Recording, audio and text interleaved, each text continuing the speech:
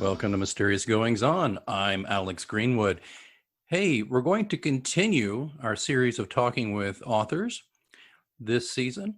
We're going to talk a little bit about the origin story of our authors. We're going to talk about authors who have been indie sensations or have been mid-listers or have gone all the way up to the bestseller list. We're going to kind of cut across the whole waterfront and talk to authors of varying stripes. And I'm really excited to do that because I think you can get, even if you're not an author or a writer yourself, you can get insights in the creative process, which I think is really important. And if you're not heavily into reading mysteries, well, why are you listening to this show? Just kidding. But if you're not heavily into reading mysteries or thrillers or adventures or genre fiction, it's still probably a good thing for you to hear so you can focus on the creative aspects that writers employ that you can use in your own career. So that's why we're excited to have another great writer with us this episode. We'll introduce her in just a moment. But I have one little housekeeping thing to do for you first. Reminder, we have the facebook.com/John Pilot Mysteries Facebook page. It is the de facto MGO podcast Facebook page. And I wanted to draw your attention to something I posted on there.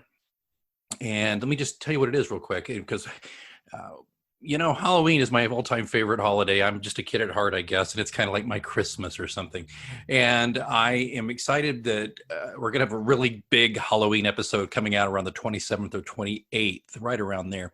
Well, I want you to be a part of it. You're saying, whoa, how am I going to be a part of this? Well, it's simple. We're looking for your best ghost story or weird moment that we can put on the episode. It can be real or imagined. We'll never tell. All you have to do is record your story. 5 minutes maximum, please. I've got some that are a little longer, so we just need to focus on 5 minutes or less if we can. So just record it on your phone or your computer. On my iPhone, I can just use the memo app, and then I can mail the file to myself, or you can mail it to us as an MP3. So all you got to do is send the MP3 file to us at team@alexgpr.com. Now, the way you do it, be sure to introduce yourself at the beginning of your recording, like your first name and last, if you wish, along with your city, and we'll take it from there. So it's like, hey, this is Alex from Kansas City. You're not going to believe what happened to me once, but, and then you tell your story. You go through your quick anecdote. Try not to add any music. Please don't have any music behind the story, because I can add that in. There's an issue if you put even sound effects that are copyrighted and belong to someone else. I can get burned for that. So please don't add any sound effects. Please don't record your message while you're listening to music or the TV or something. Stranger things could happen, right? Speaking of stranger things.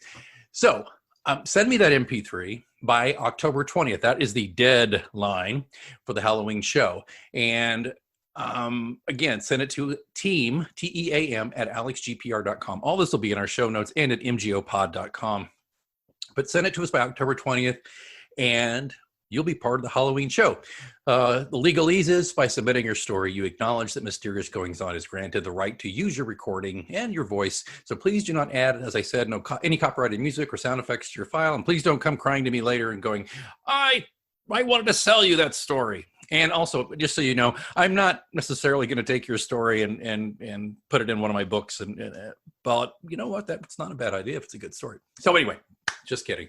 So let's hear it. Maybe you can spook our audience as much as your story spooked you. One last time, send your 5 minute or less MP3 file. You can record it on your phone or your computer, whatever it takes. Send it to team@alexgpr.com by October 20th. It should be weird or creepy, or it can be funny too. It could be a time when you thought you saw a ghost and you didn't, or it could be the weirdest thing that happened when you were a kid, when you were trick-or-treating, something like that. Anyway, it's all in good fun. We've already got some great stuff lined up. It's going to be a very big episode. It'll be a longer episode than usual as well. I can't get enough Halloween. And frankly, we all need the distraction between COVID and election madness. All right, we'll be back in just a moment with our interview for this week. Author Lynette M. Burrows is a survivor. She survived moving to 17 different schools before she graduated from high school. She contends that this makes her uniquely qualified to write a dystopian novel or two. Lynette enjoys coffee, the pleasure of real books, and the crack of a 9mm, not necessarily all at the same time, although they all appear in her stories. Spiced with a dash of intrigue, a dollop of mayhem, and a liberal dose of automatic weapons, her stories aim to entertain. Lynette Burrows, thanks for taking a shot at Mysterious Goings On. You're welcome, and thank you for inviting me to be here. Well, I have followed you with interest. We have mutual friends on Twitter, Hmm. and you and I are brave enough to get out there in that toxic world of Twitter, but and find some good in it. And that's one of the things I find good is that I meet great people. And I started looking at your blog posts because they're always so enticing. I'll see that and I go, okay. What is she doing there? Oh, I like that. And what it really got to me though, and one reason listeners should know is who are frequent listeners to the show know that we're not just about writing, and we're not we're also about reading, and we're also about creativity, and those are like subjects that you really nail in your blog. So in a few moments I want to talk about the blog, but I think first we should establish what kind of writing you do. And so maybe it'd be good if I just threw it to you and said, Lynette, how did you get started? What do you do? Tell us your origin story. Oh my goodness. Okay. Well, as with most writers, I started reading fairly early and devoured lots and lots of books.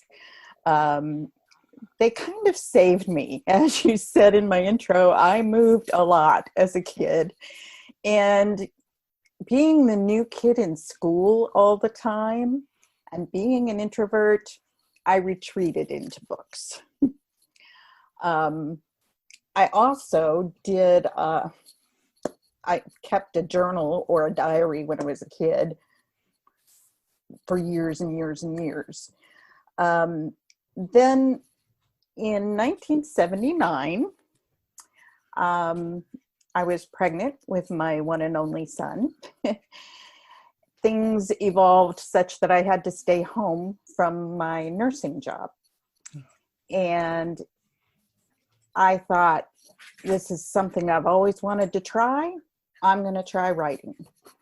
So I started taking the class that this is old enough. This was a mail-in program. The internet was not that handy. Okay. I do remember these kinds of things though. So I took a children's Correspondence. the Institute of Children's Literature. That's what it was called. Oh, right. I took their correspondence class, and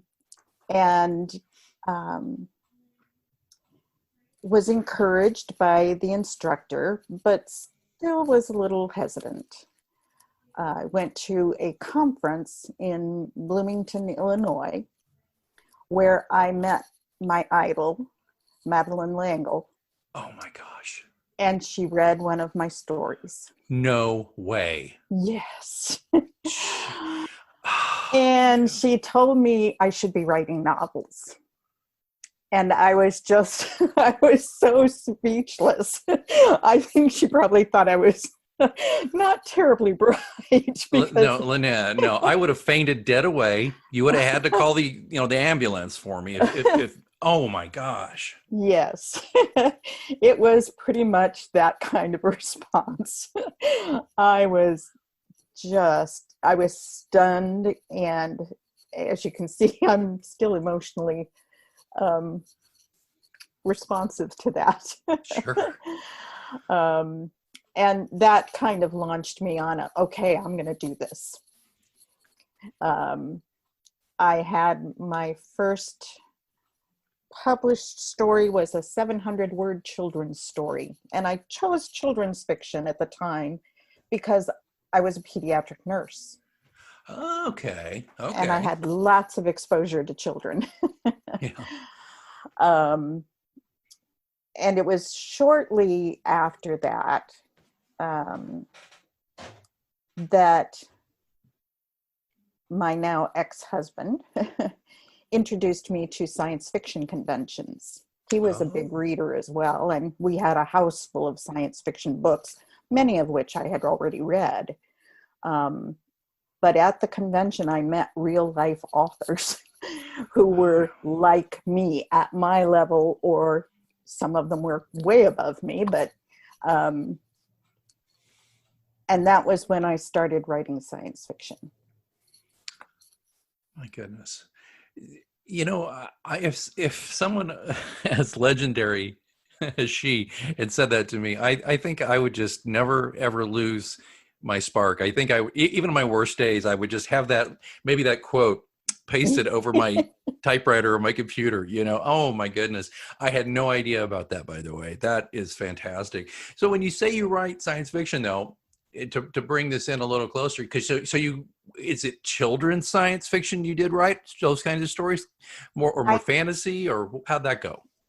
I have written a children's story and a YA novel in the science fiction realm. It was a new colony type of story.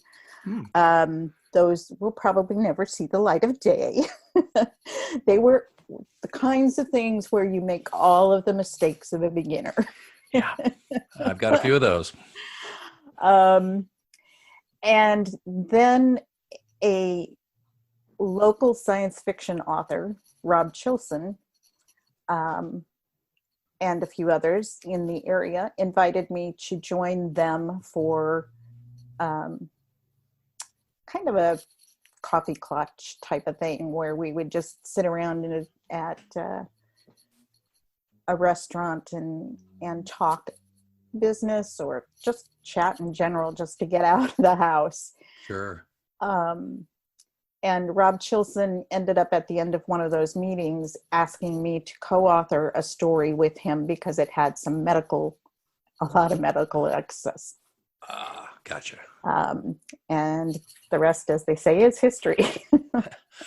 That's interesting too, because that says so much more about you as well, in my opinion, that another author asked you to co-write, because I have maybe once in my career as a writer asked, and I did it kind of sheepishly, and I was gently rebuffed, because so many writers just, I think, find it difficult to write with other people, or they view writing as such a solitary craft. So it's, even though he was definitely wanted to also access your medical knowledge, I think it says a lot about you as a person and as a writer that he did that. Well, thank you. We are still fast friends, even though we co-wrote. We actually ended up writing 3 novellas together, 2 of which got published in Analog Science Fiction Science Fact magazine. Jeez Louise, that is fantastic. Yeah, you're talking about the stuff I read when I was a kid a lot. Remember the greatest science fiction stories of, those books? Yes. I consumed those as a young person. I was a very early reader anyway. I was reading that stuff at age 10, 11, 12, and just going, and there's so many of those stories where I can still remember the hooks in those stories, Yeah. So I just love that you've been swimming in those waters as well. So you've got a couple, your debut novel though, right? That was in your own right, was, pardon the pun, was My Soul to Keep, which is, it's now is that dystopian? Yes. Okay. Alternate history dystopian. Was that fun to write, the alternate history stuff? Yes, it was, because that was stuff from my childhood and earlier. Yeah. So yeah. I've been fascinated by the idea. I've always wanted, a lot of people want to write, what if JFK had lived? Actually, I had a story in mind, what if RFK had lived? And I started mapping out something like that I thought would be interesting, because Vietnam would have been different, all these different things. Right. But also I've read some good fiction, I think, where what if World War II went the other way? Although the TV version of The Man in the High Castle diverges, I enjoyed that as well. I don't know if you caught any of that, but that stuff's so fascinating. Yeah. No, I've unfortunately not been able to catch that, but that's kind of the vein I went in with My Soul to Keep. I chose to focus on the isolationist period in United States history, and Lindbergh. What would have happened if folks like Lindbergh continued to support that idea, kept us out of the World War. And America became more isolationist and more fundamental. And how would that affect society? Oh my gosh. Well, I'm just adding you to the stack. Just a moment. My soul to keep. Very good. How was it received? 5-star debut novel. It looked like it had some good reviews. How'd you feel about that? Oh, what author doesn't love a 5-star review? It's been very well received by the folks who have read it. It's unfortunately not seen a whole lot of people yet. Yeah. But it is one book in the series, and I understand a lot of people want to buy the full series. So, yeah, I think I've shot myself in the foot with that. I started a book as a lark, and then I thought, oh, I'll make it a trilogy, and now I'm on book 8. And I think you just hit on it. Well, maybe the reason it's really not selling anymore is because they're waiting on you to get to the final, last, positively that's it book. So I'm going to stop right now. I think that's. I think you just saved me a lot of work, Lynette. So I owe you. Okay, well, I'm not sure your readers will agree. But It might just be down to reader, the singular, but we don't know. So you say so you say My Soul to Keep is part of a series then, okay? Yes, there will be 3 books. Oh, there will be 3. Okay. Mm-hmm. So are you currently working on the next one, or? I am in the editing phase of book 2, which is called If I Should Die. Ooh. Oh, I think I see a pattern here. Yes, you do. In this one, the protagonist from My Soul to Keep, it's about 2 years later, and America is in its Second World War, Civil War. Civil War. Oh, Civil War. Wow. Oh, man, this is fascinating. When can we expect it, do you think? You say you're getting close, so will it be out this year, or do you think of next? I hoped it would have been out this year, but that's not going to happen now. Yeah. We had some personal issues at the beginning of the year, and then COVID hit, and my writing schedule went crazy for a while. I'm back on track, thank goodness. And so I'm thinking spring of next year, probably, if everything holds together the way it's supposed to. I kind of thought early on with COVID, I thought, well, hey, I was losing, my day job, things were slowing way down. I thought, oh, I'll have all this extra time.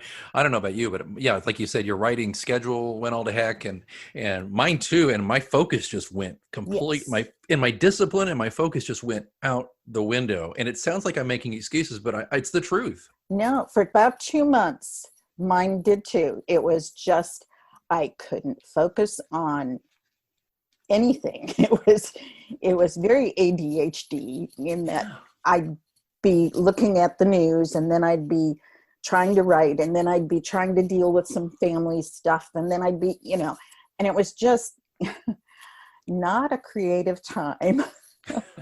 I mean, I'm not glad to hear that for your sake, but it does help me. And I bet it helps a lot of our listeners who are in the same boat to understand that, and don't kick yourself, because for a while there, I was thinking, you had months, buddy, when you could have finished this latest book. And I just didn't want to. I would start it up and I would just get sick of the sight of it. And I would just, anyway, it's saddening to hear that, but it's gladdening. Gosh, that was a terrible sentence. To hear that you're back back in the saddle, though. So I apologize for jumping around a little bit here, but you've got an action adventure story I see called Fellowship, about a young man and his 3 siblings who go to the Blue Ridge Mountains. What's going on there? That is in the world of the Fellowship, which is the Fellowship dystopia, which is the world that My Soul to Keep is in. And it has a couple, it's got about 3 characters in it from My Soul to Keep. They're side characters. And this is kind of their origin story in how they get involved in being rebels. Ooh. So you are into world building then. Mm-hmm. You've made this whole thing here. So if you don't mind, let me just step back a little bit on this. What what about dystopia? We touched on it earlier a little bit, but is there something about dystopian fiction that appeals to you for a certain reason, or is there? Do you have any idea? Um, I've been influenced by a lot of dystopian fiction that I've read. Of course, The Handmaid's Tale being the biggest title of that. But as I said in my bio, I actually do feel I had a bit of a dystopian upbringing. True. It wasn't, nothing like anything I write about, but I have a connection, I guess is the word, with people who don't fit in. And that's kind of one of the big themes of dystopian fiction. You're seeing the world from the person who doesn't fit in that society. And frequently that person who doesn't fit in is actually the maybe better is not the right word, but the more virtuous, or at the very least, I think more virtuous usually. The hero in these dystopian stories is the one who actually is like, I don't fit in because I'm not going to buy into these things that are horrible. Right. I'm not going to survive. I'm not going to survive. I'm going to try to live, that kind of thing. So I love that. I love that perspective. Well, let me take a step back from the books for a moment to just ask, because I did mention that you're also a prolific blogger. And one of the reasons, as I said earlier, that I wanted to interview you is because your blog really touches on reading, writing, and creativity so very much. Do you find blogging is still a vital way to connect with readers beyond your books? The short answer is yes. The long answer is that it probably doesn't connect me with new readers very much. I think new readers come there eventually. And perhaps I've gotten a couple of new readers because they visited the blog, but I don't know that. What it does do for me is it helps me be disciplined. Yeah. It helps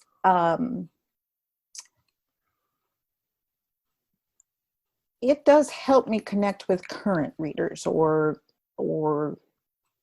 fans, if you want to call them that. I get a lot of positive feedback from them. I get into some discussions about some of the ethical issues that we'll discuss from time to time. As you mentioned, my reading and my writing posts are fairly popular, and I get a fair amount of response to that. Is that building my readership? Probably not much anyway at this point. But it is definitely building my brand and building my connection with those readers that regularly read the blog. Right. I once I started this enterprise in 2016, I stopped effectively blogging for my readers and just do this, which some people say, oh, that's easier. I'm like, well, it's not necessarily easier to, because my first few months of this, it was basically me reading my work and me talking. And then I realized nobody wants to hear you talk about you that much. I don't want to hear me talk about me at all. So I started interviewing great people like you, and it's really taken off. But you know what I got to say, Lynette? I don't think it's helped me sell hardly any books. I don't Right. have anybody who listens who says, I just bought all your books because I love your podcast. That's never happened. Right. So, Right. but I want to do it because it's important to me.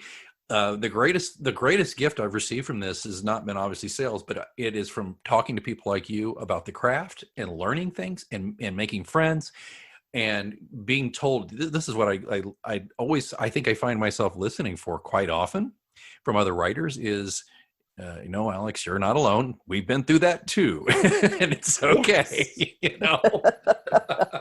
So, Yes. so that's what I like on Twitter when I see our friend Terry and she's like, oh, there's another great post from Lynette, and I'm like, I got to go check this out because I know I'm going to get something out of it, and I do. And I mean, I was looking at your blog just right before we start, and I just thought, well, let me make sure I'm up on what's going on here. Latest post, 5 ways to support your creativity. I'm like, yes, she's going to be my guest this week on the podcast about writing and creativity. And it's so great, folks. If you haven't been to LynetteMBurrows.com, she's got this great blog. And what I love here is in this blog post, obviously I'm not going to read people, but you talk about, how you need supportive people, supportive peeps, peers, mentors, mentees. Talk about refilling the well, your spirituality, creatively, physically, all these different things. And this is all useful, very useful stuff.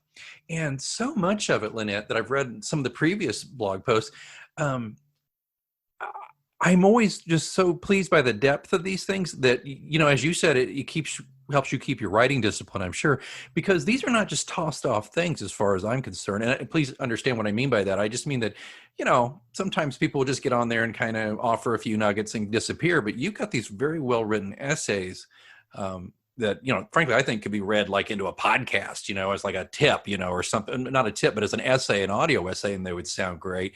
And people get so much out of it. So I guess the question I would have is, do you know what you're going to write about every morning or every afternoon when you do these, or do you just sit down and say, creativity seems like a good one, or do you map that out? I am consistently inconsistent.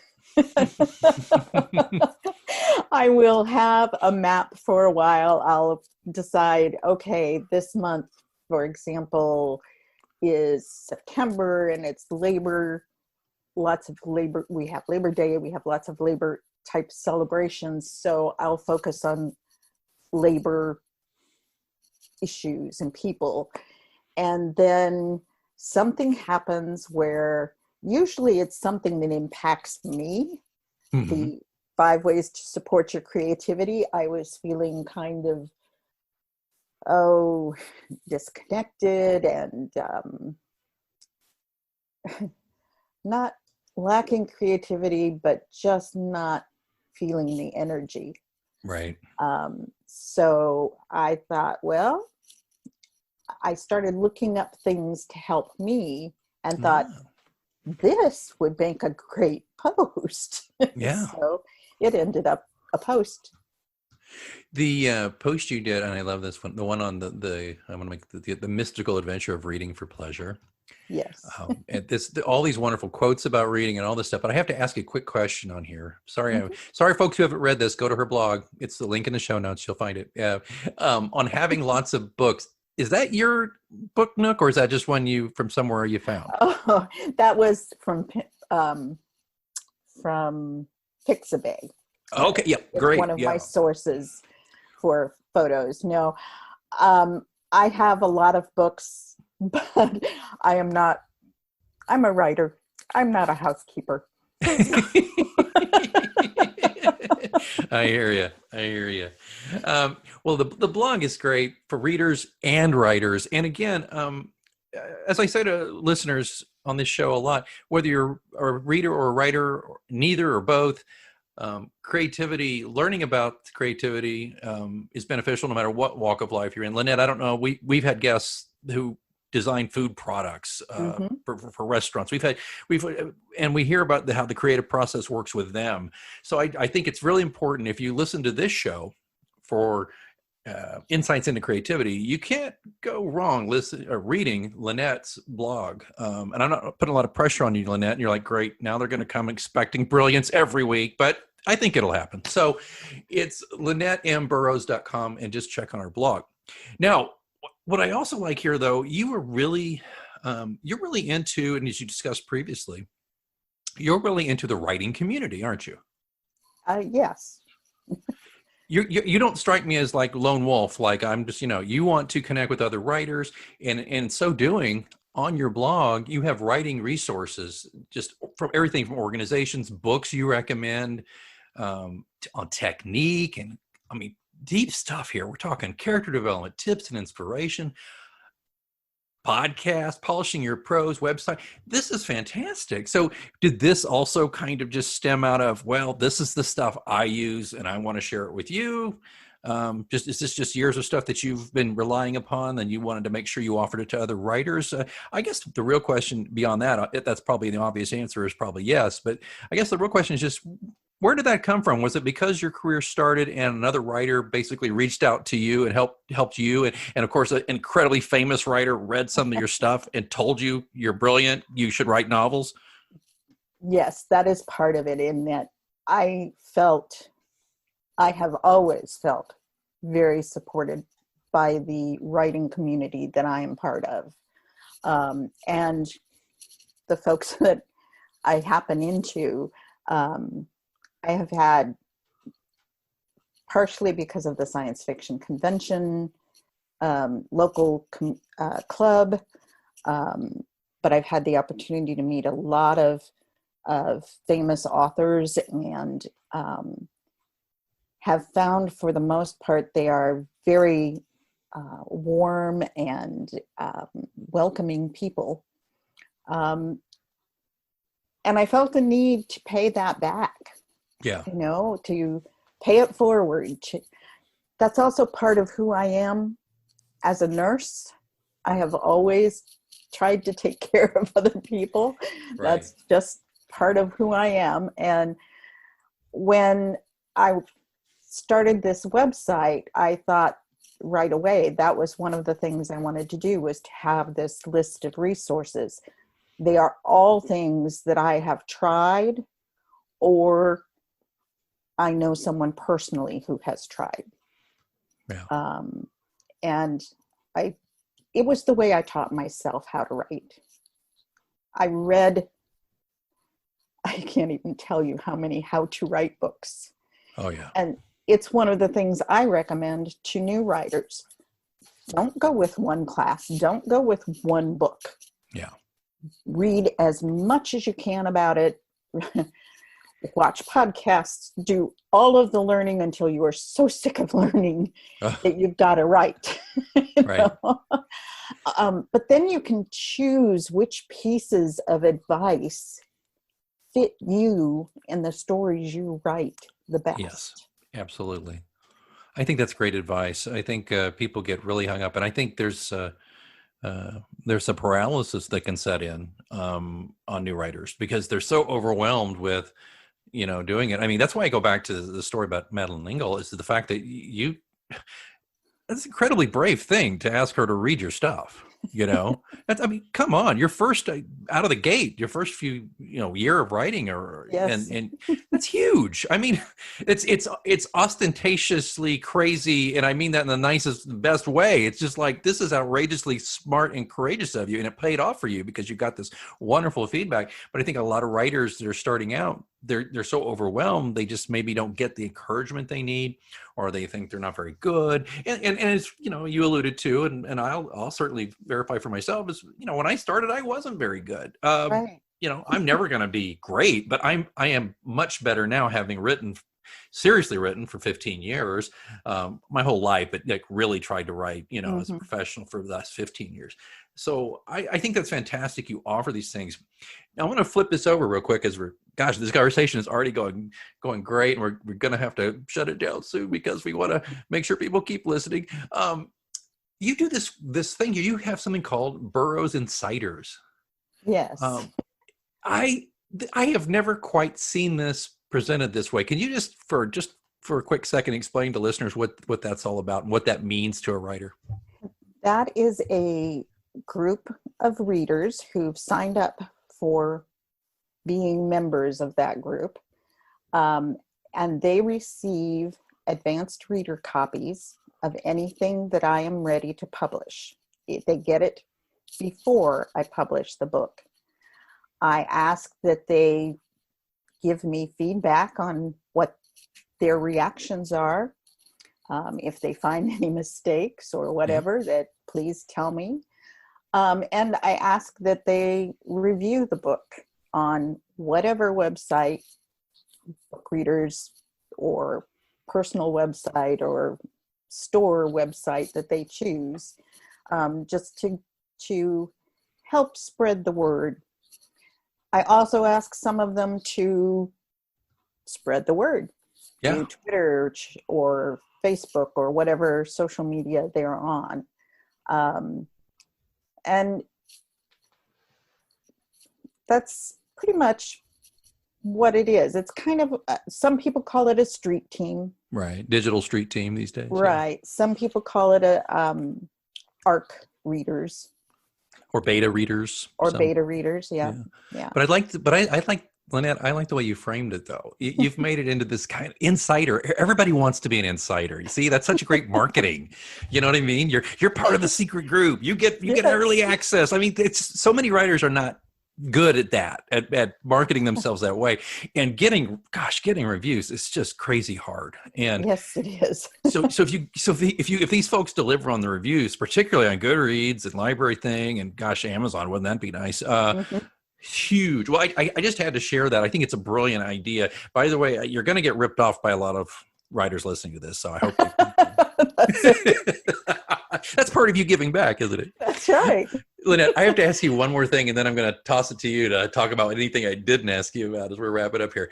I don't know where this is, but there's pictures of you on the blog, on the About section here, where you talk about your personal life and all these things. There's a couple of shots of you with weaponry, and I'm not talking about, a Derringer here. You've got like a sniper rifle, and what the heck is that? Like I don't know what that is. It's anyway, what is going on with that? Well, one of the books that I am researching is about, initially was starting to be about a sniper, a female sniper. That's evolving. I'm not sure that's going to end up being a sniper, but she will take a couple of shots. And my current husband is a weapons expert, I guess is what I should call him, particularly of the Vietnam era. Gotcha.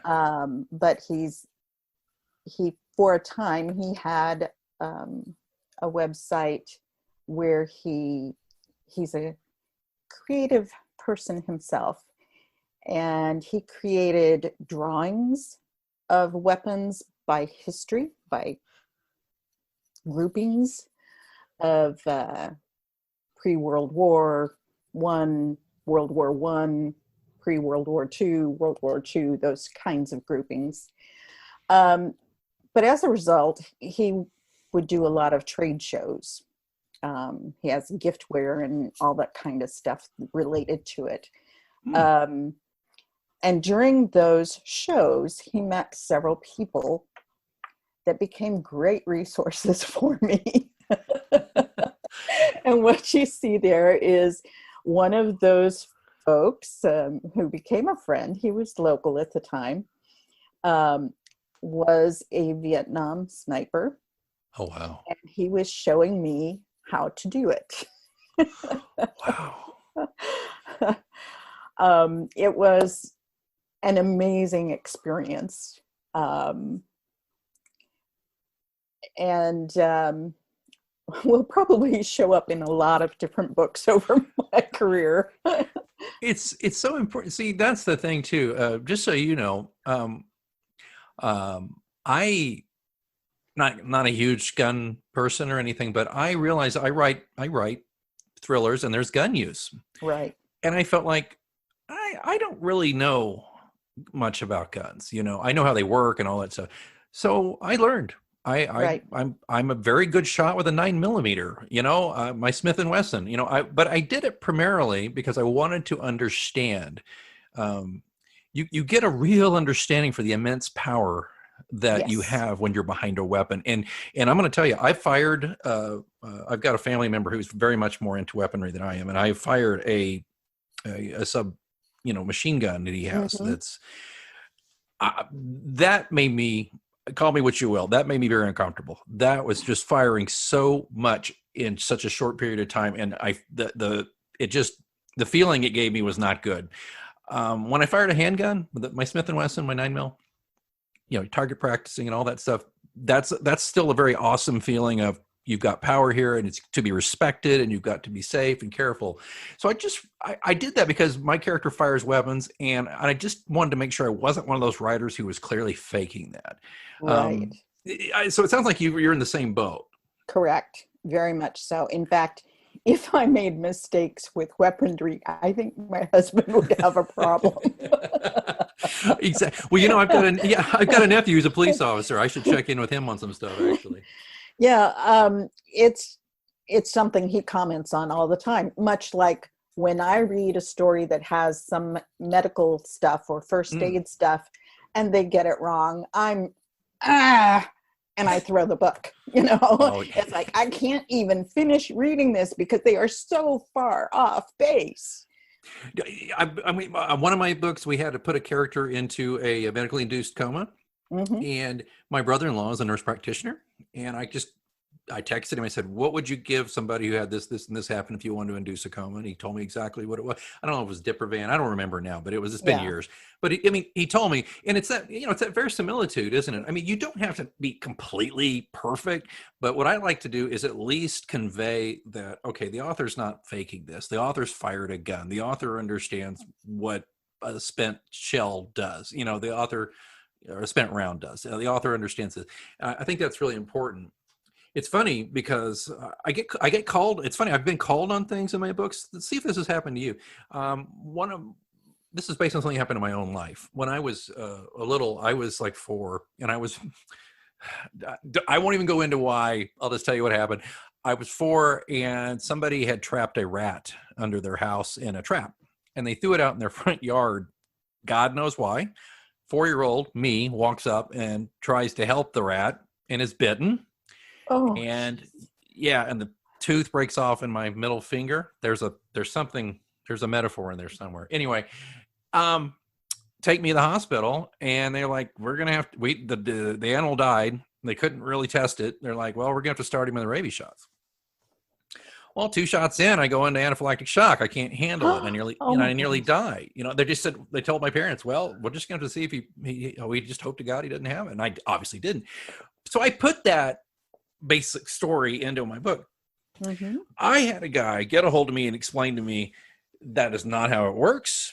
They do not give shots like that. There's no way you could have gone into shock. This whole thing, and I was like, well, you're right. My family just lied to me all these years about this thing. Does that ever happen to you? Do you get those know-it-all types? Yes, I do. There's always somebody, because of their experience, and their experience is the only way it happens. Yeah. That's perfect. Argue with you. Because their experience is the only way that I love that. I've got to remember that. That's a great gosh, Lynette, that's a great phrase. There's so much more we could talk about, and I'm probably going to bug you down the road and ask you to come back, especially when your new book is ready. Hint, hint, hint, hint. So maybe I would like to have you back in the spring, unless this was terribly excruciating for you. No, not at all. All right, good. All right, so this is the point in the show where I want to make sure, because I have a tendency to, just blah, blah, blah. Did I miss something that you'd like to mention to our listeners, besides the fact they should go visit your website at LynetteMburrows.com? Link will be in the show notes. What else? What did we miss, Lynette? Well, they can also follow me on Facebook or Twitter. And Lynette M. Burrows is how I'm known on all of them. So if you search for Lynette M. Burrows, you will find me. But if you search for Lynette Burrows, you will find someone else who lives in Great Britain and is not someone I wish to be associated with at all. Oh, okay. Wow. So that's why there's an M in my name. Well, because that's true. Because you see that sometimes. You go, well, what's the big deal with the middle initial? Nah, I get you. Now, well, that's funny, because there's a British Alex Greenwood, and she is one of the greatest football players they have over there. So I'm fine with that. Right. She's more interesting than I am. Unfortunately, we have very different opinions on child parenting. So I I have a place on my blog in the frequently asked questions where I explain, no, I'm not her. Oh, I do see this. You have in your FAQ, you were very good. And I like this too. You're so thorough, by the way, Lynette. I mean, you've got links. This is your policy on reblogging, quotes or links, which I think is great. Most people I know do not bother to put these out there. And I think it's so smart that you do. Guest posting, endorsements. This is great. It's so well thought out. Well, definitely, I will put the link in the show notes. And of course, obviously, folks, that's where you can go to find out more. Books available where? On Amazon and almost all the online stores you wish to go to. Anybody ever hit you up for autograph books or anything? Do you sell Yes, those, or is okay? I can do that. I have access to be able to accept credit cards. Great. I don't have that as a feature on my website yet because it's not often enough to want to go to that kind of depth, but I certainly can. And